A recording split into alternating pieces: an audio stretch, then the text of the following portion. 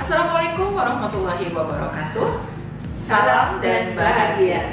Bersama kami calon guru penggerak angkatan 6 dari SMK Negeri 1 Kota Serang. Saya Namiro dan saya Tina Nugraheni Sunarjo. Pada kesempatan kali ini kami akan melakukan demonstrasi kontekstual modul 3.1 mengenai pengambilan keputusan pimpinan berbasis nilai-nilai kebajikan. Baik, Urin. Jadi hari ini kita akan berbagi bersama ya tentang demonstrasi kontekstual 3.1. Kali ini kita berkesempatan untuk mewawancarai Kepala SMK Negeri 1 Kota Serang, Bapak Maksudi Zainul Takim MPD. Selamat pagi Bapak. Selamat pagi Ibu Namiro. Bagaimana kabarnya hari ini? Alhamdulillah baik. Mudah-mudahan Ibu Namiro dan Ibu Rina juga dalam kondisi yang baik, sehat dan tetap semangat. Iya, amin ya Rabbal alamin. SMK Negeri 1 Kota Serang ini merupakan sekolah yang menjadi barometer ya Pak di Provinsi Banten. Tentu dalam menjalankan aktivitas sehari-hari banyak sekali dinamikanya ya Pak. Ya. Ini beberapa pertanyaannya Pak. Yang pertama, ketika Bapak nih mengidentifikasi kasus-kasus yang terjadi di SMK Negeri 1 Kota Serang, bagaimana Bapak bisa mengidentifikasi itu termasuk ke dalam rujukan moral ataupun dilema etika? Baik, terima kasih Ibu Namiro, Ibu Rina. Jadi sebagai sekolah rujukan dan memang memiliki personal yang begitu banyak, permasalahan itu akan datang silih berganti. Dinamikanya luar biasa sekali. Sekarang adalah bagaimana seorang pimpinan itu mampu mengidentifikasi setiap permasalahan yang muncul setiap saat. Masalah itu ada yang sifatnya rujukan moral. Jadi ini cukup mudah karena ada sisi yang benar, ada sisi yang salah. Sehingga pengambilan keputusannya menurut saya jauh lebih mudah.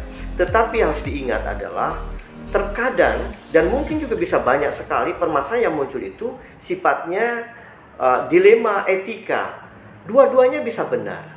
Sekarang bagaimana tantangannya adalah seorang pimpinan mampu menyelesaikan masalah secara adil, secara cepat dan tepat, manakala permasalahannya itu sama-sama benar. Ini tantangan tersendiri buat seorang pimpinan. Iya Pak.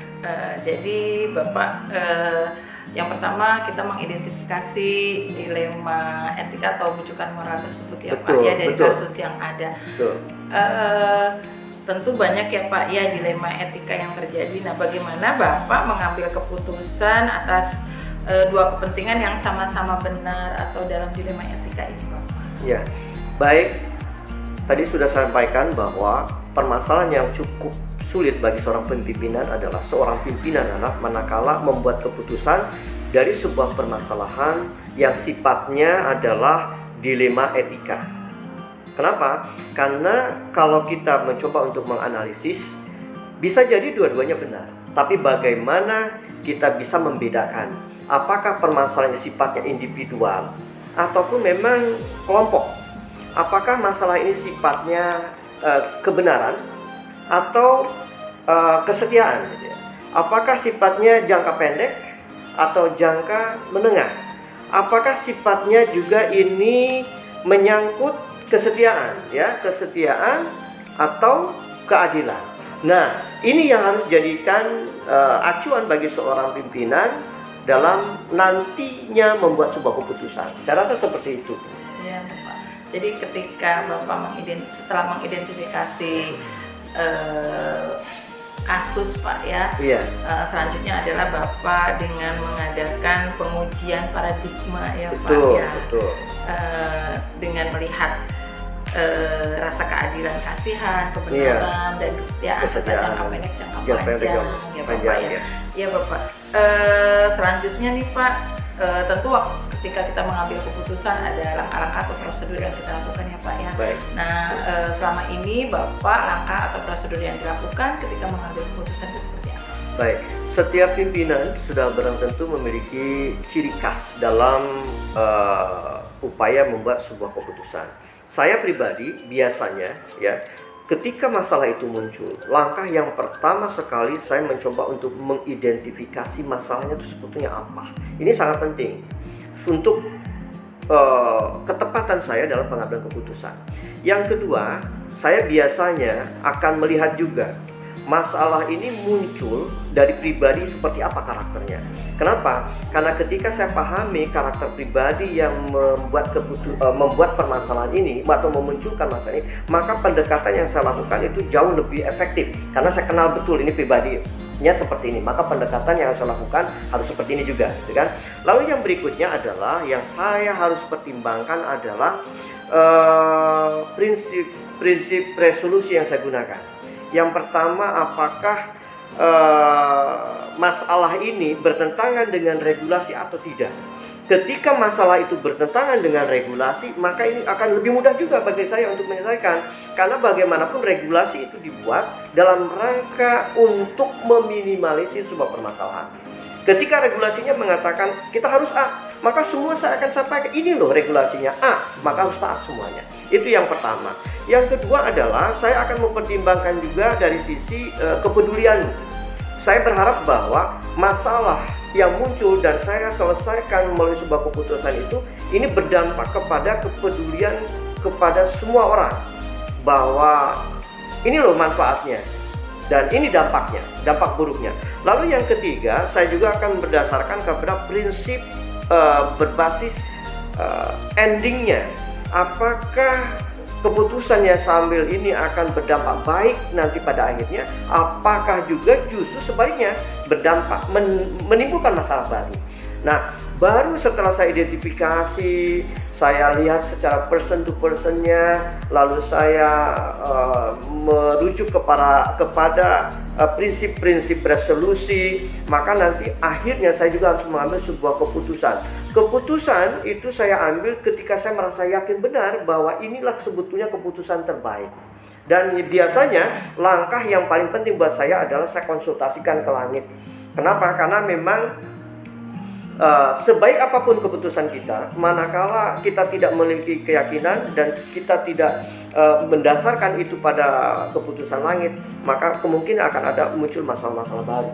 Maka saya menggunakan langkah-langkah sebelum. Mungkin langkah yang saya lakukan itu berbeda dengan teman-teman pimpinan yang lainnya. Tapi saya meyakini bahwa selama 3 tahun saya di sini, pertimbangan langkah-langkah itu yang senantiasa saya lakukan sebelum saya membuat sebuah keputusan. Gitu. Baik Bapak, terima kasih.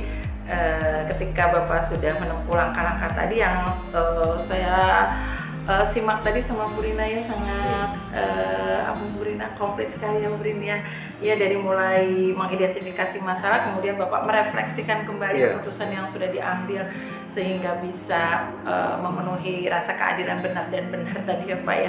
Kemudian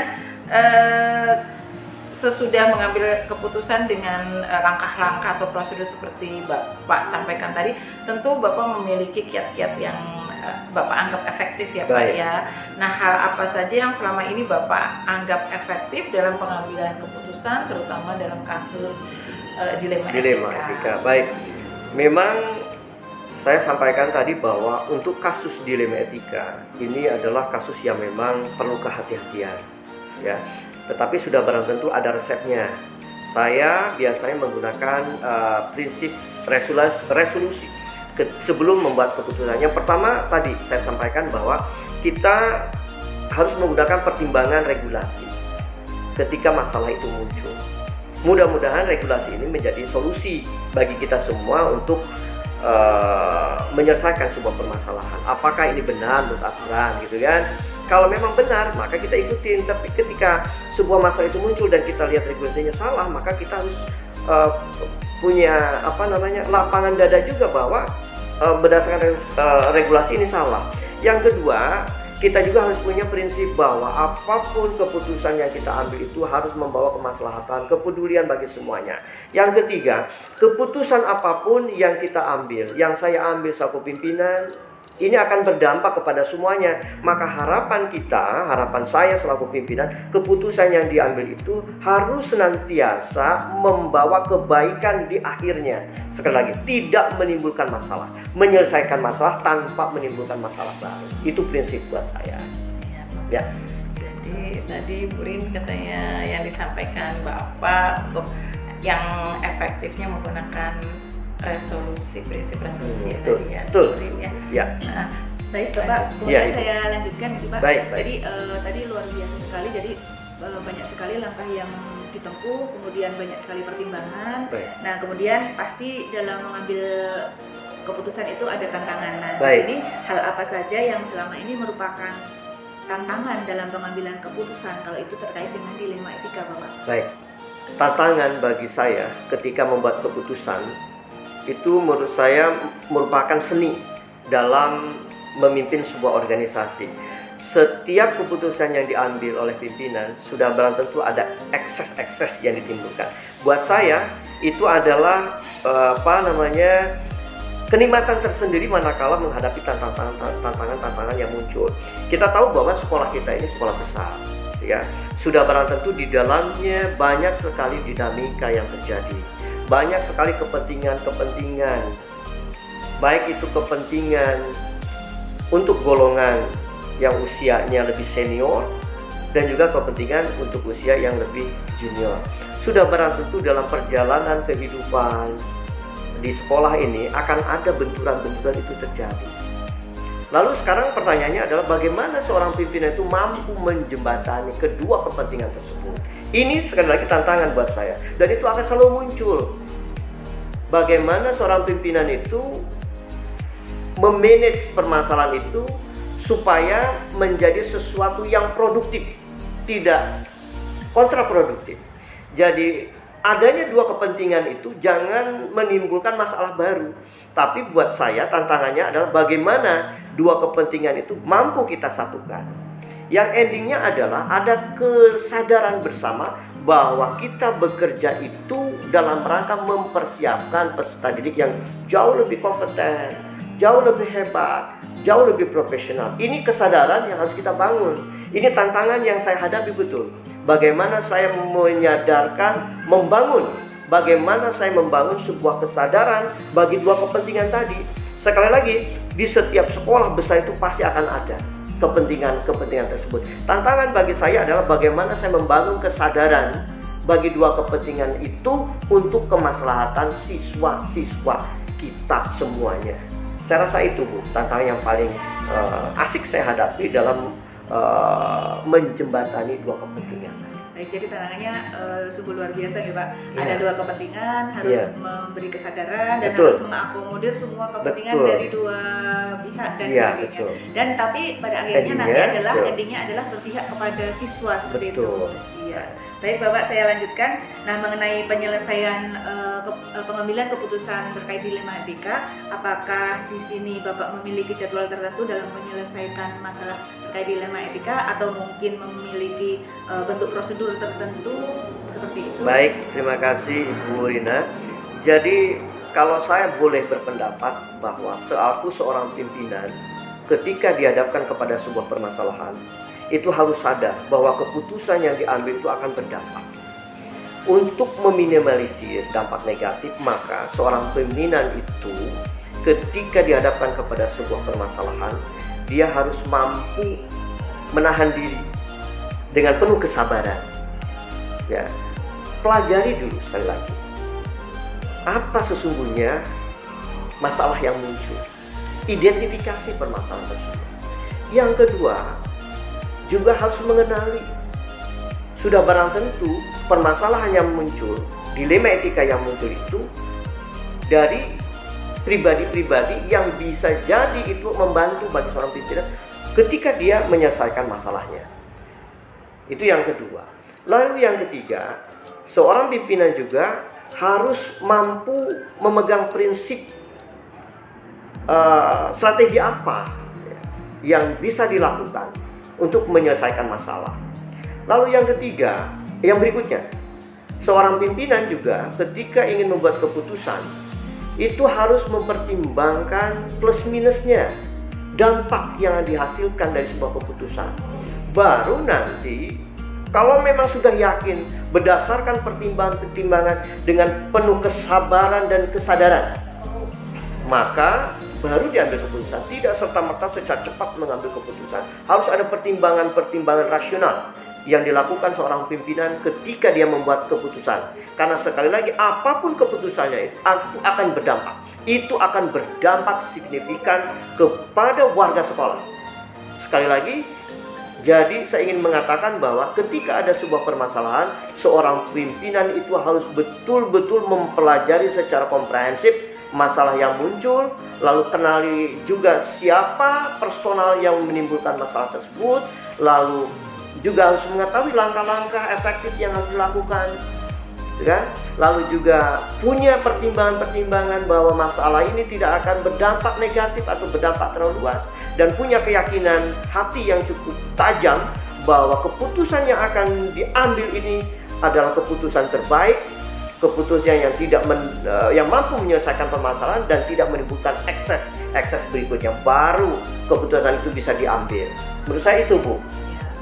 Jadi panjang sekali Bapak untuk pengambilan sebuah keputusan ya. Jadi ada prosesnya, ya. Prosedur tertentu, dan harus memikirkan banyak aspek. Betul. Ya.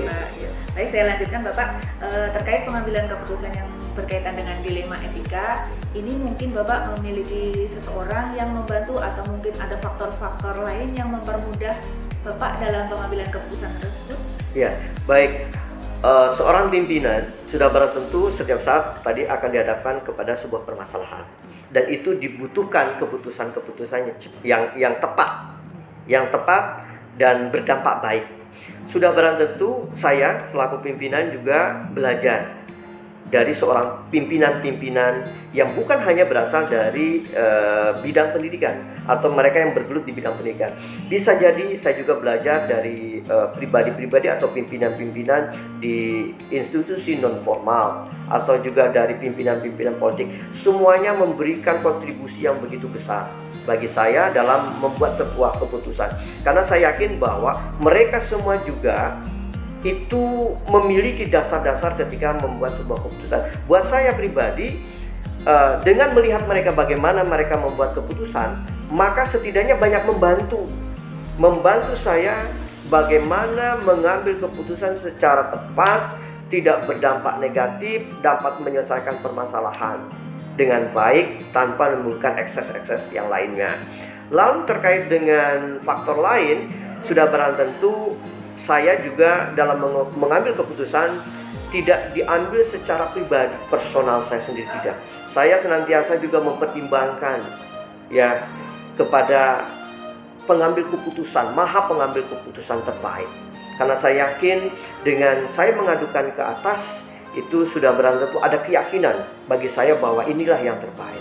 Yang berikutnya juga kita harus didasarkan kepada prinsip-prinsip universal.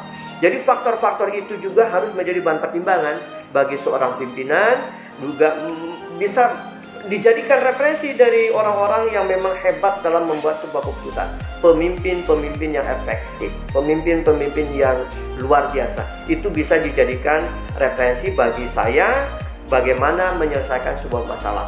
Dan saya yakini betul bahwa keputusan-keputusan yang saya ambil juga sebetulnya terinspirasi dari pimpinan-pimpinan yang lain dan yang memang menghadapi permasalahan yang jauh lebih berat tinimbang saya.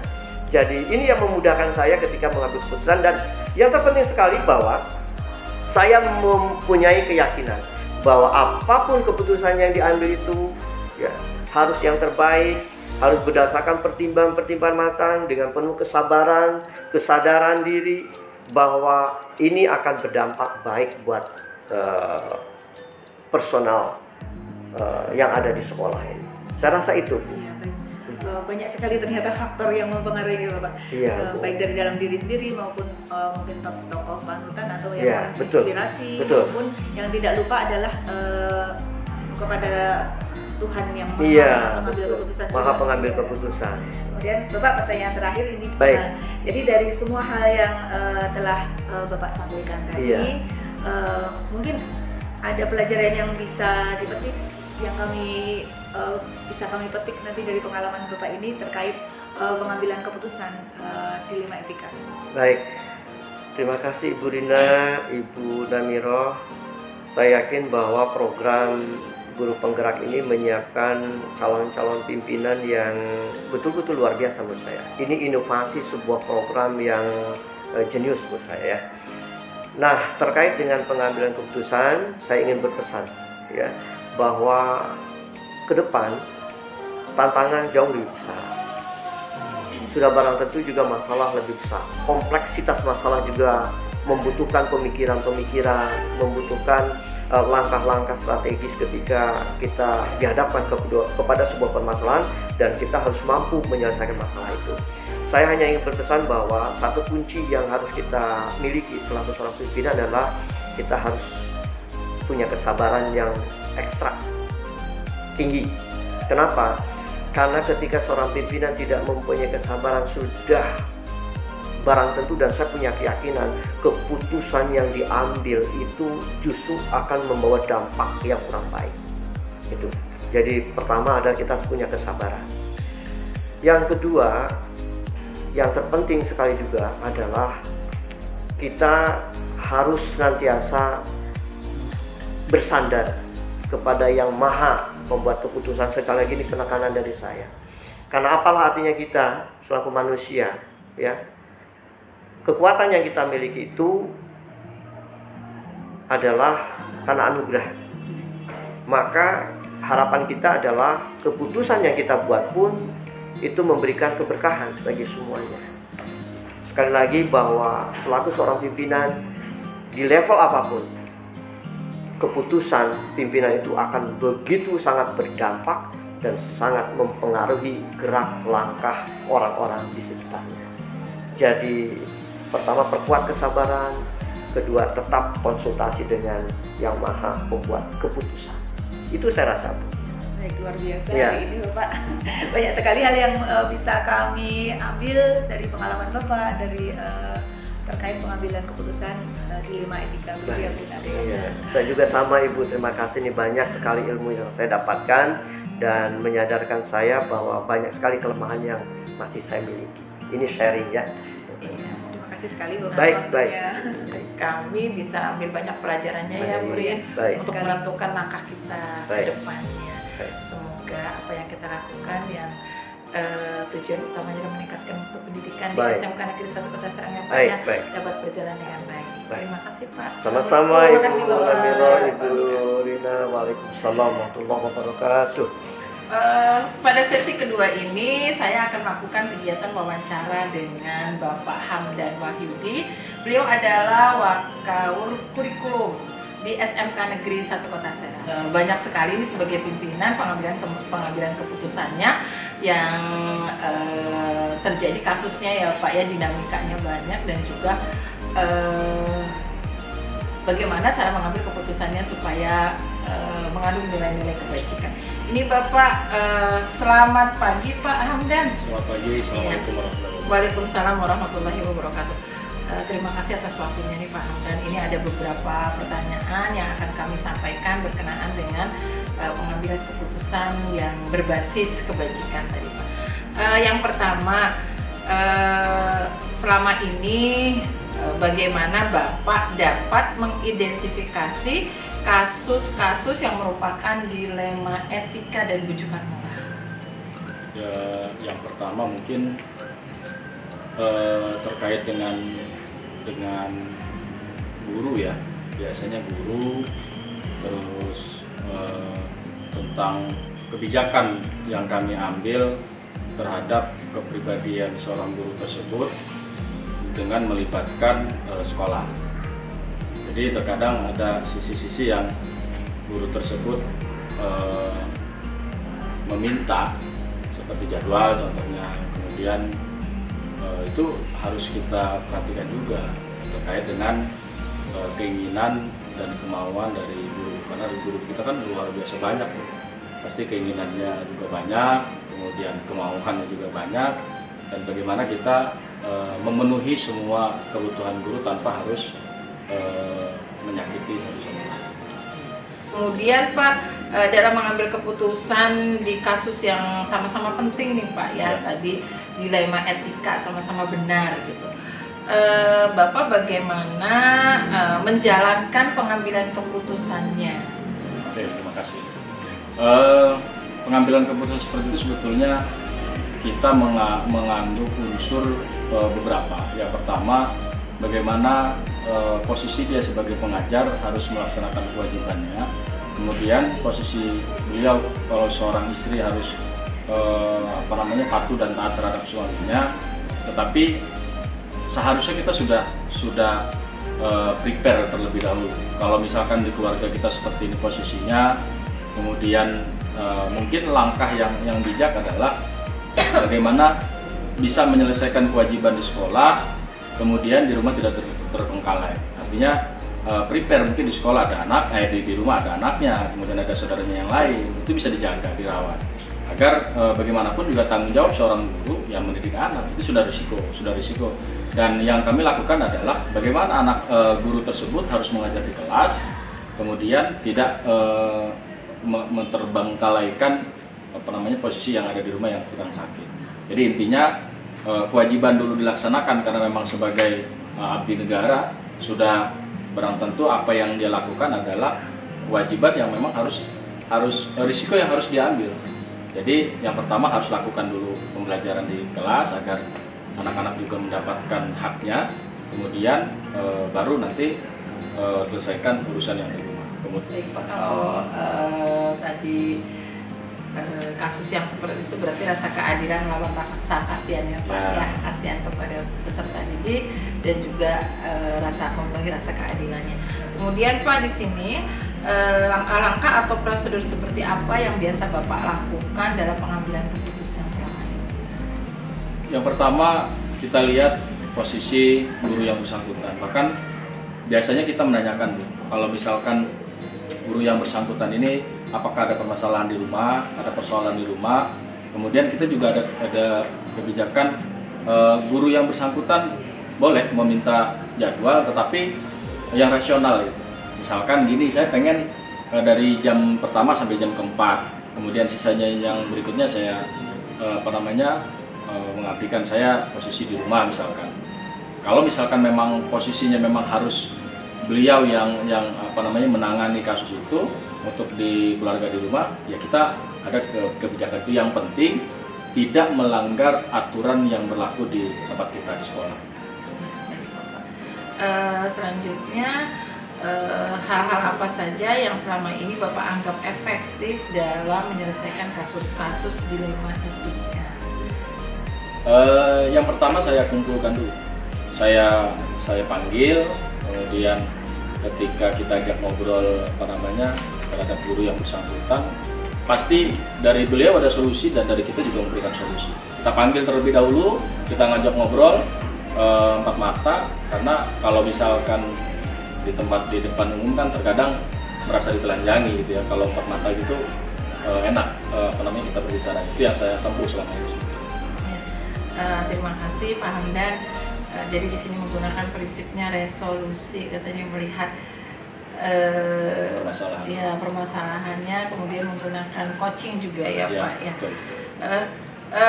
Selanjutnya nih Pak, pasti kalau mengambil keputusan itu pasti ada tantangan ya. Hal apa saja yang merupakan tantangan dalam pengambilan keputusan pada kasus yang dialami selama ini? Biasanya ketidakpuasan pasti, karena yang namanya pengambilan keputusan pasti ada yang merasa puas dan tidak puas. Tinggal kita bicarakan tadi risiko yang mana yang kalau misalkan kelas ditinggalkan apakah lebih berat, atau di rumah ditinggalkan atau lebih berat. Itu yang diambil, dan hanya guru yang bersangkutan yang lebih tahu biasanya. Yang terakhir nih Pak, dari semua hal yang telah disampaikan oleh Bapak tadi, pembelajaran apa yang dapat Bapak petik dari pengalaman Bapak ketika mengambil keputusan dilema etika? Yang pertama, saya lebih memahami lebih jauh karakter masing-masing guru. Gitu. Kemudian tadi juga terkait dengan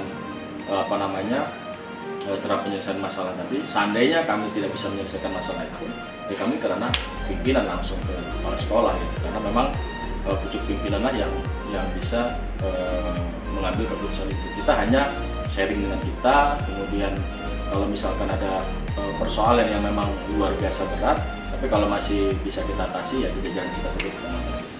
Itu kira-kira. Nggak berasa nih ya Pak Hamdan ya, sampai sejauh ini banyak sekali nih ilmu-ilmu yang sharing-sharing kita bersama ya. Terima kasih banyak Pak Hamdan, semoga apa yang kita lakukan pada hari ini banyak manfaatnya, terutama bagi saya bisa mengambil pembelajaran dari apa yang sudah disampaikan. Terima kasih. Assalamualaikum warahmatullahi wabarakatuh. Waalaikumsalam warahmatullahi wabarakatuh.